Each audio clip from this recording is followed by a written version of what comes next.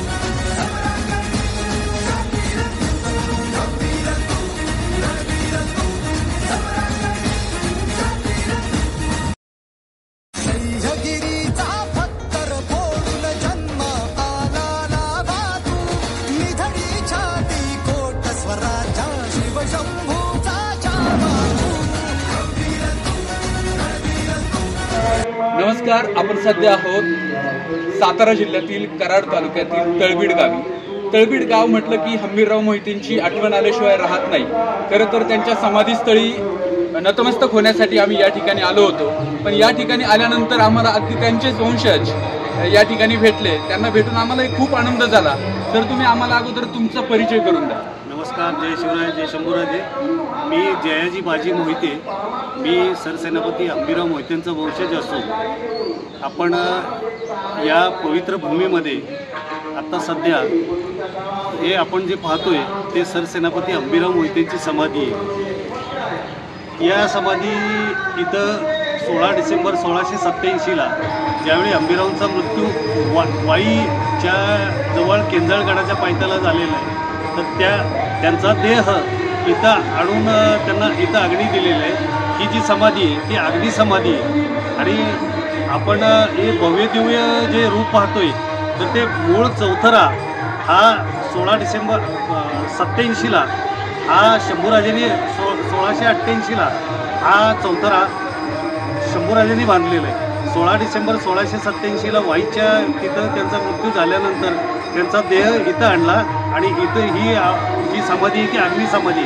1688ला शंभूराजांनी मामांची समाधी बांधली आणि 1689ला शंभूराजे सापडले, असा तो कालखंड आहे। खरं तर तळबीड गाव आणि भोसले घराणं, शहाजीराजे असतील, शिवाजीराजे असतील, संभाजीराजे असतील, या तिघांचंही या तळबीड गावाशी नातेसंबंध राहिलेले आहेत। खरं तर हे नातेसंबंध काय होते हे आम्हाला जाणून घ्यायचं आहे। सुरुवातीला छत्रपती शहाजीराजांच्या ज्या पत्नी होत्या, पहिलं लग्न जिजाऊंशी झालं आणि दुसरं लग्न हे हंबीररावांच्या ज्या आत्या होत्या तुकाबाई साहेब यांच्याशी झालं। त्यांचं लग्न बेंगलोरला झालेलं होतं। तर पहिले नातेसंबंध हे शहाजीराजांच्या बरोबर झाले। त्याच्यानंतर दुसरा संबंध आहे तो शिवरायांच्या पत्नी सोयराबाई साहेब। तिसरा संबंध तंजावरचे जे व्यंकोजीराजे आहेत तर त्यांच्या पत्नी अणुबाई साहेब। त्याच्यानंतर चौथ्या दिल्या राजाराम महाराजांना महाराणी ताराबाई साहेब। त्याच्यानंतर शंभूपुत्र शाहू महाराज यांना दिल्या सगुणाबाई साहेब।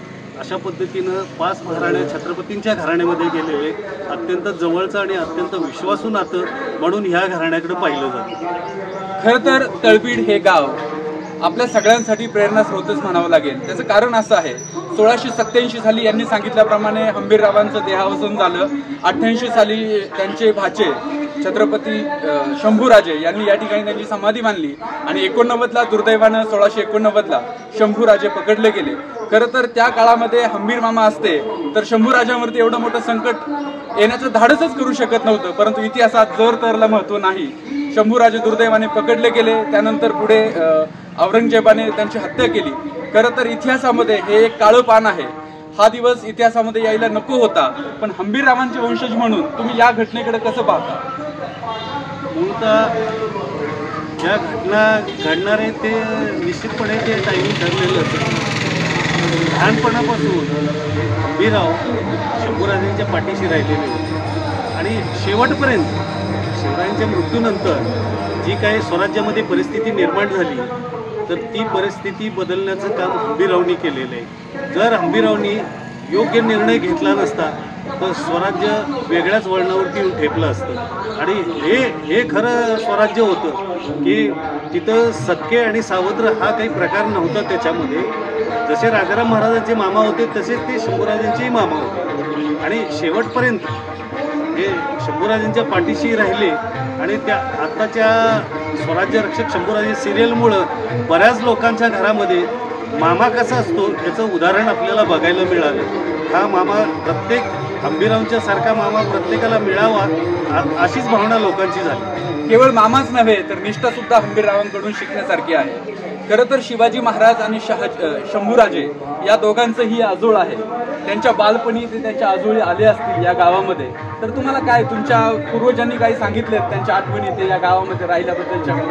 निश्चितच, कारण आजोळ म्हटलं की मामाकडं कुणी असेल भाचा तर नक्की जाणारच. मग हे सगळे म्हणजे तळबीडला येऊन गेलेले आहेत. कारण 5 जावई मोहित्यांच्या घराण्यातले, त्यामुळे हे 5च्या 5 जावई तर नक्कीच म्हणजे तळबीडमध्ये येऊन राहून गेलेले असतील.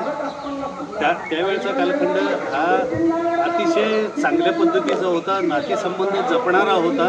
एकमेकाच्या सुखदुःखामध्ये सगळे हजर असणारी मंडळी होती आणि हे तर म्हणजे मामाचं गाव असल्यामुळं शंभूराजे आणि राजाराम महाराज तर नक्कीच इथं येऊन राहून गेलेले असतील. शिवाजीराजे शंभूराजे यांच्या पदस्पर्शाने पुनीत झालेली ही भूमी आहे. तर तुम्ही सगळे या ठिकाणी नक्की या. हंबीरराव मोहितेंच्या समाधीला नतमस्तक व्हा. निष्ठा काय असते तुम्हाला इथे कळेल. धन्यवाद. आम्ही तुम्हाला भेटलो. खरं तर ही गोष्ट आमच्यासाठी खूप महत्त्वाची आहे आणि तुम्ही तुमचा वेळ दिला त्याबद्दल मनापासून धन्यवाद. जय शिवराय, जय शंभूराज.